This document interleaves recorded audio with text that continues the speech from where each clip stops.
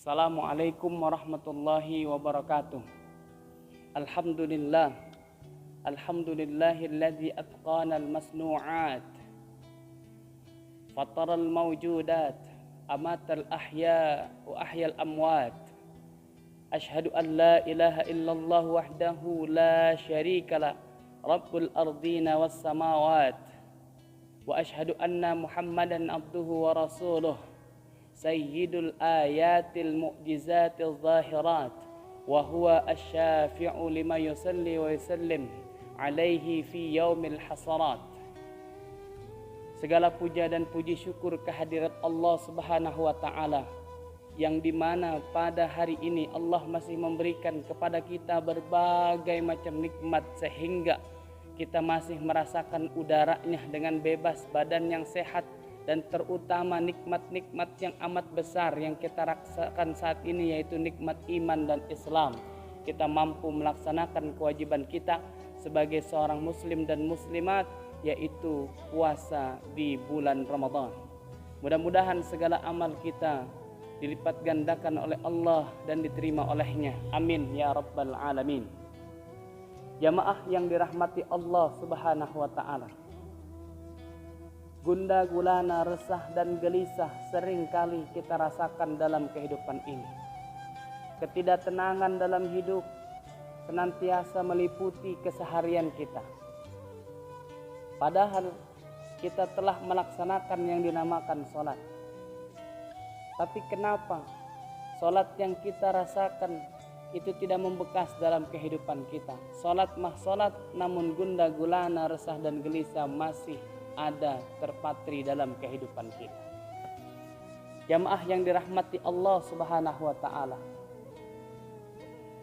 mungkin salah satu faktor rasa gundah gulana, resah dan gelisah masih terpatri dan ada di dalam kehidupan kita adalah ketika kita sholat, kita mengucapkan kata-kata Allahu Akbar. Berapa kali kita mengucapkan? Banyak. Ketika kita berdiri Allahu Akbar, ruku Allahu Akbar, lantas yang tidak Allahu Akbar, sujud Allahu Akbar belasan kali dalam satu hari. Kita mampu mengucapkan kata-kata Allahu Akbar itu puluhan bahkan ratusan kali. Namun apa yang terjadi dengan kata-kata Akbar tersebut? Akbar di dalam kalimat bahasa Arab merupakan isim tafdhil, atau di dalam bahasa Inggris itu merupakan perbandingan superlatif, di mana kata-kata akbar memiliki makna paling. Maka ketika kita sholat, ketika kita berhadapan dengan Allah, kita mengakui tidak ada yang lebih besar dari Allah, tidak ada yang kuasa dan esa daripada Allah Subhanahu wa taala.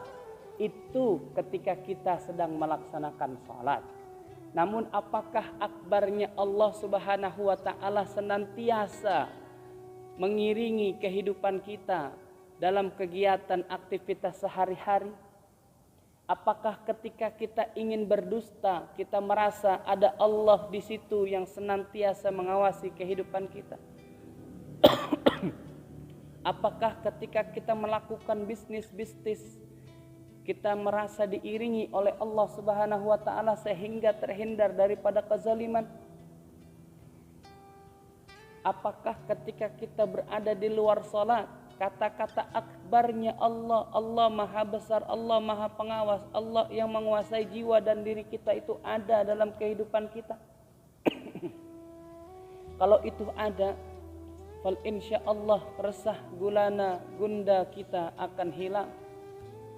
Namun kalau misalnya akbarnya Allah hanya ada dalam solat, namun di luar solat kita tinggal itu akbarnya Allah di musola-musola kita, maka boleh jadi rasa gundah gulana, resah dan gelisah masih terpatri dalam kehidupan kita. Kenapa? Karena kita mengucapkan Allahu Akbar, namun dalam keseharian, dalam kegiatan kita itu akbarnya Allah tertinggal.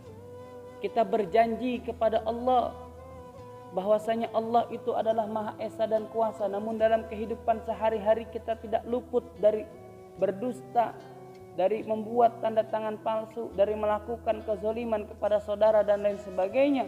Padahal kita telah mengucapkan puluhan kali dalam sehari semalam, Allah yang maha besar, Allah yang maha mengetahui, Allah yang senantiasa mengawasi dalam kehidupan kita. Namun itu kita tinggalkan di musolah kita. Maka boleh jadi kita termasuk orang-orang yang berkata kepada Allah, berjanji kepada Allah ketika kita salat namun kita hianati di luar salat. Idza wa'ada akhlafa, ketika kita berjanji Allahu Akbar namun dalam keseharian kita tetap mengakui bahwasanya kita ini tidak diawasi oleh Allah Subhanahu wa taala, berani berdusta dan berbohong kepadanya. Maka pantas gundah gulana, resah dan gelisah kehidupan kita masih terpatri. Kenapa? Karena kita sholat sholat, namun sholat kita bukan mendekatkan diri kepada Allah, namun menjauhkan diri kita kepada Allah. Di dalam sebuah hadis yang diriwayatkan oleh At-Tabari dari Jalur Hasan, Qatadah dari Furadah, berkata Rasulullah sallallahu alaihi wasallam, "Man shalla salatan lam tanhahu 'anil fahsya'i wal munkar, lam yazdad biha minallah illa al-bu'da." Orang yang melaksanakan sholat namun sholatnya tidak mampu mencegah daripada perbuatan fahsya dan munkar. Sholat namun kegiatan fahsya dan munkarnya masih tetap terlaksana.